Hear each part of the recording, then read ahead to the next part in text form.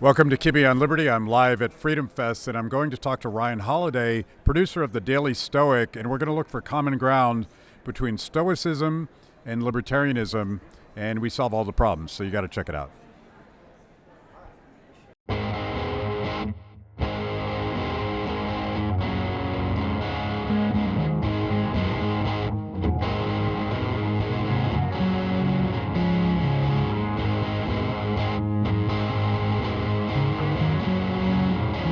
Welcome to Kibbe on Liberty.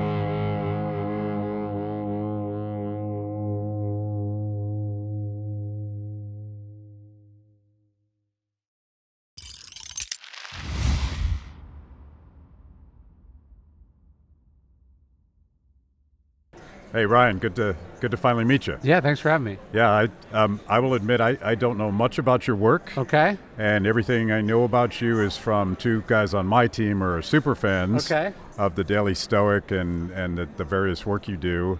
But I was able to watch your speech today and your conversation with Daniel Richards about Stoicism versus objectivism.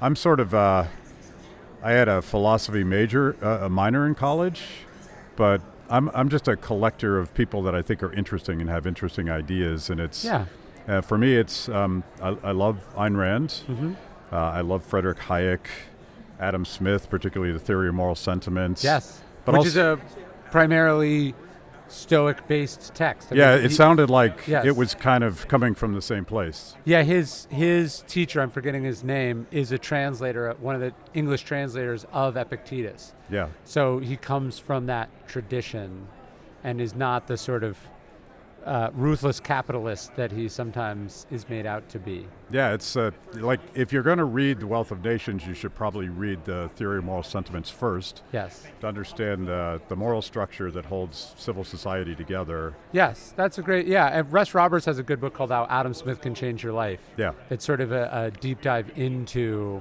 a theory of moral sentiments, which is itself pretty readable, but like, I think Russ's book is really good. But I also there's an important moral philosopher named Jerry Garcia that's had a big influence on me as well. So I like to mash this stuff up, and I'm a libertarian. I can't think of a better word. It used to be liberal, but now we have to use the word libertarian to distinguish us from sort of radical progressivism. But I was hoping that you could give us those core values that you talked about on stage for people that don't know your work, don't even know much about Stoicism. Yeah. And then I kind of want to compare it to the way I think about libertarianism. Okay. Yeah, the cardinal virtues of Stoicism are courage, discipline, justice, and wisdom.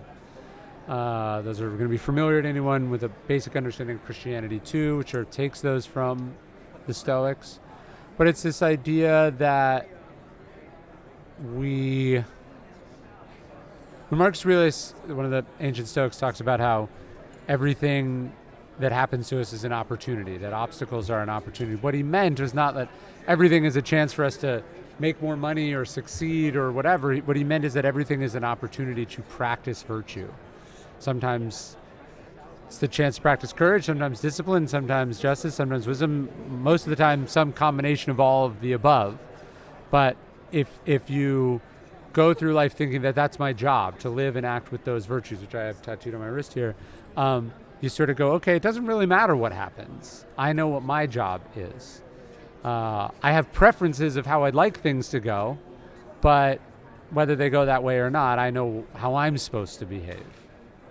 I've always ascribed to that. I would have never called it Stoicism, but as a libertarian who lives and works in Washington, D.C., you've had to become comfortable with some of the things you can't change. Yeah. You could look at all the injustices in the world and the things that governments are doing to people at the margin and all of the wars and everything else and wrap yourself around an axle about trying to stop all the injustice. Yeah.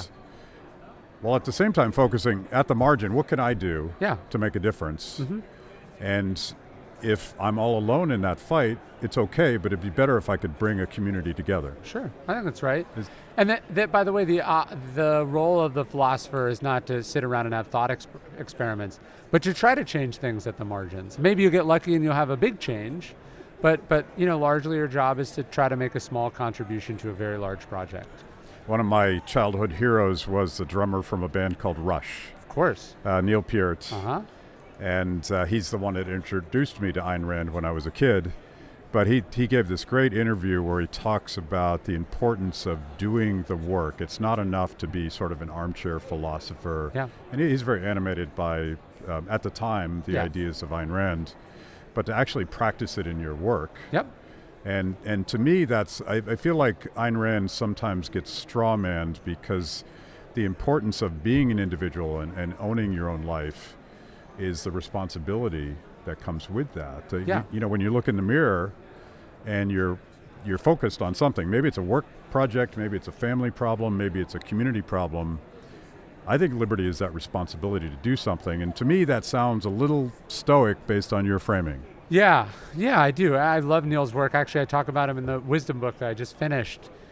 He's arguably the greatest drummer of all time, and at some point he decides to start taking drum lessons again, and he says something like, what is a master but a master student? And this idea of committing oneself to the craft of the thing and humbling yourself before it is, to me, a very Stoic idea. There's a story about Marcus Aurelius. He's seen leaving the palace one day in Rome, and a friend says, where are you going? And he says, I'm off to see Sextus the philosopher to learn that which I do not yet know. I just think the Emperor of Rome could have sent for any teacher he wanted to, but here he is going to class like everyone else. I love that image. And when I think Stoicism is easy to straw man, objectivism is easy to straw man. At the same time, if the philosophy is making you, more of an asshole, you're probably taking the wrong thing out of it. And I think either one of them can do that for you. Yeah, of course. It's when I think you look at the lives, I think it's important that we look at the lives of the philosophers, not just what they said, but how did it look in practice. And that's what I like about the Stoics, is that they were involved, that they seemed to be genuinely principled, that they also seem to have lived pretty good lives amidst tumultuous times. Yeah. Yeah. I want to tell one more Neil Peart story because I'm all ears. I think it's and maybe you've seen the final concert film, which is sort of the last tour that Rush did was 2015, and Neil didn't want to do it because his drumming is so muscular. Yeah. He never wanted to perform anything less than what he would view as perfection, or as close as he could get. And in the middle of the tour, his hands are bleeding and his feet are bleeding, and he's in visible physical pain playing the way that he plays. And he explains it. Why would you do that to yourself? Yeah. And he's like, because I promised I would. Mm-hmm. I saw them on, I think it was the 30th anniversary tour. They played no opening band. They just played for 3 hours, some of the hardest fucking songs you can imagine. Yeah.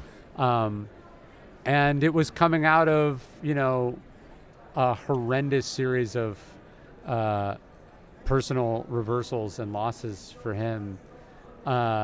He wrote a book called Ghost Rider that's a memoir of this motorcycle trip that he takes after he loses his wife and daughter. I carry it in my bookstore. I think it's one of the great, not just great memoirs, but one of the great American road trip books. I just absolutely love it. And, the Stoics weren't like people who life went well for. Marcus Aurelius buries half of his children.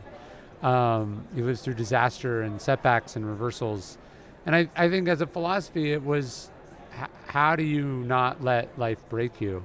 And that book is really about him sort of nursing himself back to health and coming out of a thing that I don't think most people would have been able to come out of, or would have come out of bitter and cynical and dark. And to me, that's what Stoicism is. It's like, how do you not let life break you? Yeah. And you and Daniel talked about this, and the straw man of Stoicism, that it's determinist, and life is going to be hard, and then you're dead. Yeah. But it's better to say that up front than be disappointed and frustrated that it's not the way you want it to be all the time. Yeah, yeah. That's my view. But to me, like the my biggest beef with Jordan Peterson is like, yes, get up and make your bed, but I don't think life is miserable. No. I think life is an opportunity to do amazing things, but that struggle to do something worth doing is hard work, and you can't, there's no shortcut. You well, gotta do it. I think, it's easy to talk about how does the philosophy help you in times of deprivation and difficulty. I think Jordan Peterson's a great example of a guy who succeeded beyond his wildest dreams and seems to me to be a profoundly unhappy, miserable, and not very nice person. Like, it's the definition of what happens when you get abundance beyond your means. This is the power that reveals what you are inside. And, that's what I admire about, say, Marcus Aurelius, is here you have a guy who is made better for having power and success, which is not normally the direction that it goes. Yeah. And how we wrestle with not just the problems of things not going our way, but how do we wrestle when famous or successful or rich? Does that make you better or worse? Again, that's the opportunity too, and the challenge. How do you like manage yourself? Yeah. Once you start to believe your own bullshit. Yeah. Or how do you stop yourself from believing your own bullshit so you don't become a shitty person? Yeah. If you've made it this far into the show, it means I must be doing something right. Kibbe on Liberty is just one of the amazing products we create at Free the People. We tell emotionally compelling stories and produce educational videos for the liberty curious. Our award-winning documentaries personalize all things liberty, independence, creativity, hard work, integrity, and perseverance. After the show, check out our work at freethepeople.org. And if you like what you see, donate to support what we do. That's freethepeople.org. Now back to the show. I want to learn something, because you mentioned something very early about the relationship between the Stoics and the Scottish Enlightenment philosophers. Yeah. There's another guy named Adam Ferguson who is very important to the Austrian economists and libertarians generally, because he's the one that talked about the product of human action but not of human design. Huh. And it was the ultimate critique of kind of central planning, the kind of progressivism that says, I'm smarter than you, so I can redesign the world from the top down. And it was this process of just people trying to figure out how to achieve their goals and with the abilities that they have through cooperation with other people and institutions, like don't hurt people, don't take their stuff, sure. Keep your promises. These things emerge. This is a classic Friedrich Hayek argument that things emerge when people are free to figure stuff out, and there's rules of the game that generally people know that if you engage with other people, they're not going to steal from you or kill you. Yeah, it's interesting.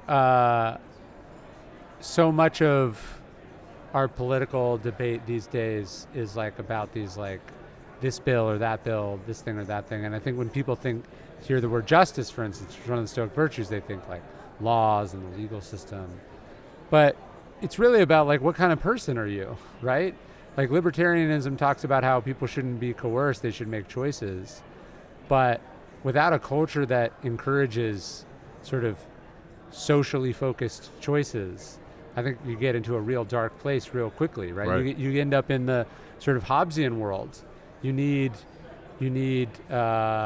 values and culture and character because people don't always make great decisions, right? And so I think so much of what it feels like we're fucking around with right now is like basic social contract stuff and people's inability to understand, like freedom of religion is there because the alternative is people murdering each other over their religious faiths. And that was a hard-won innovation that the founders came to, right?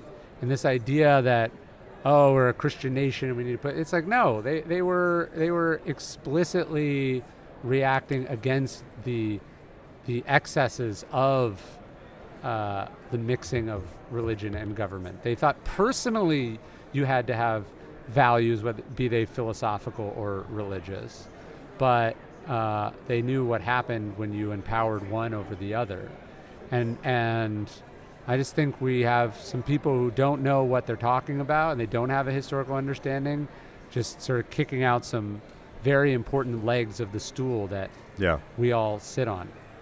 So I want to get your reaction. I tried to translate the entire canon of Judeo-Christian, Libertarian, Scottish Enlightenment, and of course Jerry Garcia and the Big Lebowski. It's all part of a whole corpus.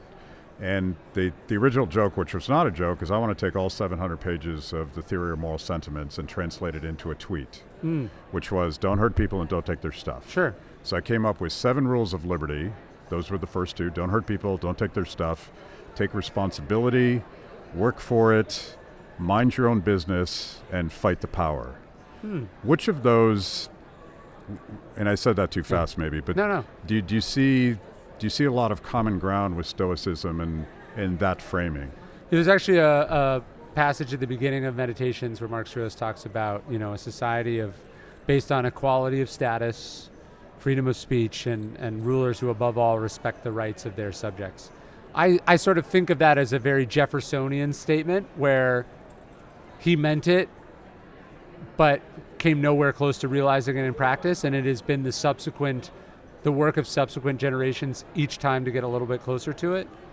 So I think that's where the Stoics were in theory, but then in practice, you're reading that quote from a guy that owned slaves, right? You're reading that quote from a guy who lives over an enormous hegemonic empire predicated on invading places and taking a chunk of their stuff as tribute, right?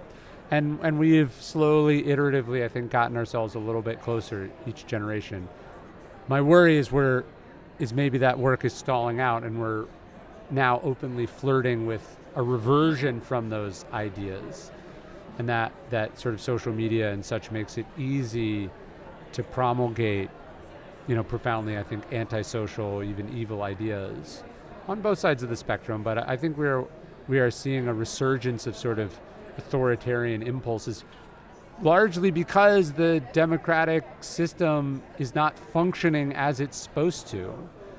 When you have 3 co-equal branches of government, not even really co-equal, but when you have 3 branches of government and one of them ceases to do its job, which is the legislative branch, which is supposed to be nimble and represent the people and be able to actively engage to address problems, you put incredible strain on the judiciary, you put incredible temptation on the presidency to be the man on horseback, or woman on horseback, and the system breaks down. We have a world where people think that being elected to Congress is like a media job, and it's a legislative job. You're supposed to be passing laws or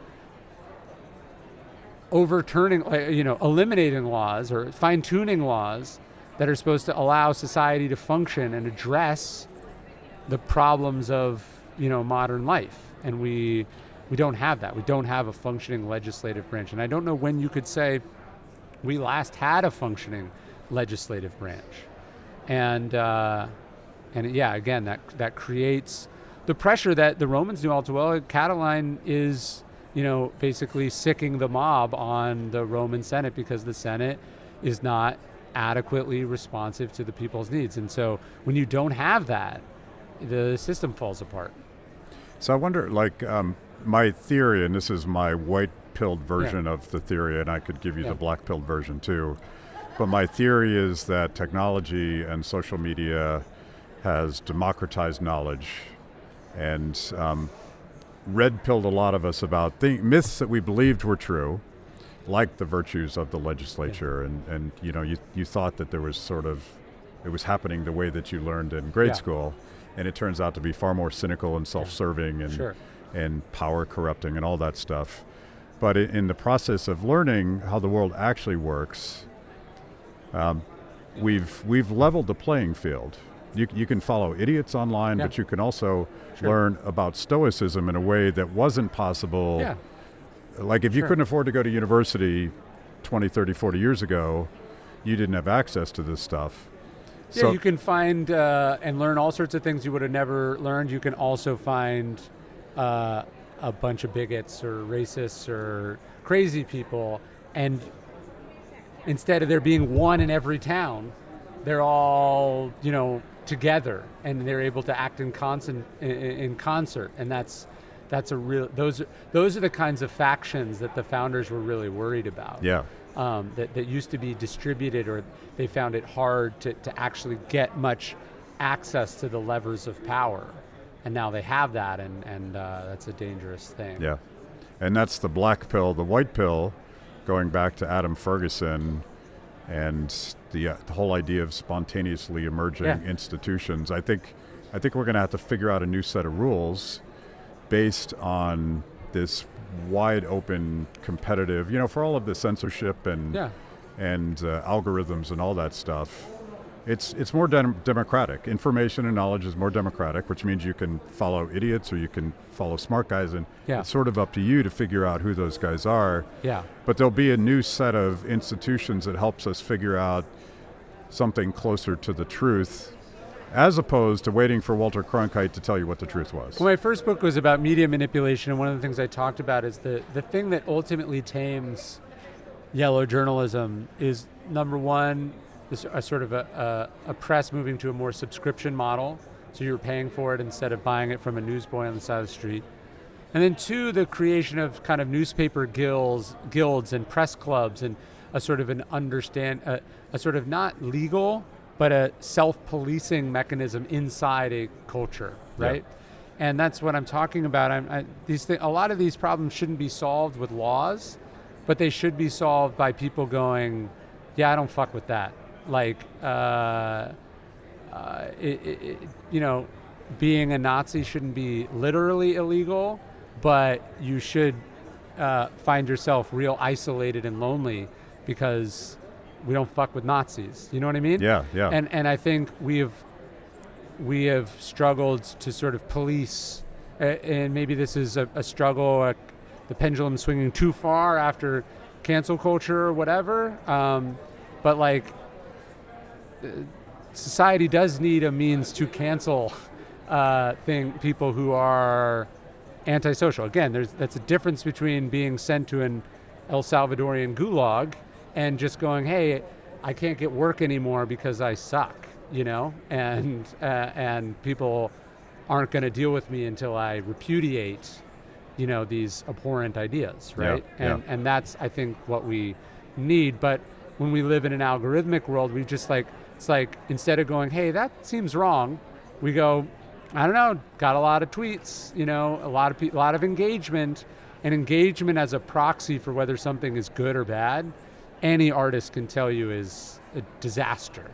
To that last point, I wonder if there's not a sorting out. So chasing clicks and doing rage bait and all the bullshit all that bullshit you see.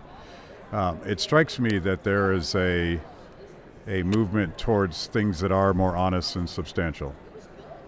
Yeah. At the same time, so like when the market clears, the market never clears, by the way, it's a process. Yeah. But when the market shakes out with all of this noise, are people, and I'll put you in this category, as I understand what you do, these are long-form, honest conversations that are humble enough to let people figure out stuff for themselves. Yeah. I think there's a trend towards that stuff.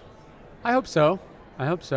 I just think if we're struggling to separate fact and fiction, truth and falsity, I think in a world of AI, it's going to be extra difficult, and if you don't have a base of knowledge, if you don't have a sense of history, if you don't have a philosophical background, if you don't have media literacy, like one of the fascinating and horrifying things about AI is its ability to just like hallucinate shit, right? And so if people are struggling with that now, how are they gonna manage just a bombardment of it? I think. So anyways, the irony is that a broad-based humanities education, didactic or from a university, is going to be more essential than ever, and is in fact an essential part of a functioning democratic society, a society of flourishing individuals. If you don't know what's what, you're going to have a hard time. A final thought on this idea, because you mentioned the dysfunctionality of the legislature and the executive branch. I'm learning the hard way as a libertarian that very much believed in the power of constitutional limits on government. It turns out that those limits aren't so useful if the president ignores them, if the legislature ignores them, and so many of the restraints on their behavior were not legal. They were normative. No, this is exactly what John Adams is saying, is that you can't design a system that is freeing and provides liberty without deferring to people, right? And I think we're learning that the founders just assumed that you wouldn't meet someone utterly shameless and utterly without character and utterly without values. And what they designed has just not been a match for that. And look, I think there's some particularly egregious examples, and then this is also a problem as a whole with all parts of the system, whether we're talking about stock trading or refusing to retire or whatever. But just the system was based on some assumptions about who the public would tolerate, and our media environment has allowed us to tolerate and popularize figures that are just a no match for the system that we have. So if people are intrigued, how do they find your stuff and the work that you do? Well, Daily Stoic is one bit of Stoic wisdom every day. I do a parenting version of it also at Daily Dad, so dailystoic.com, dailydad.com. And my name is Ryan Holiday. You can get my books anywhere there are books. Cool. I really appreciate you taking the time. No, this is quite a conversation. Thank you. Appreciate you having me. Thanks for watching. If you liked the conversation, make sure to like the video, subscribe, and also ring the bell for notifications. And if you want to know more about Free the People, go to freethepeople.org.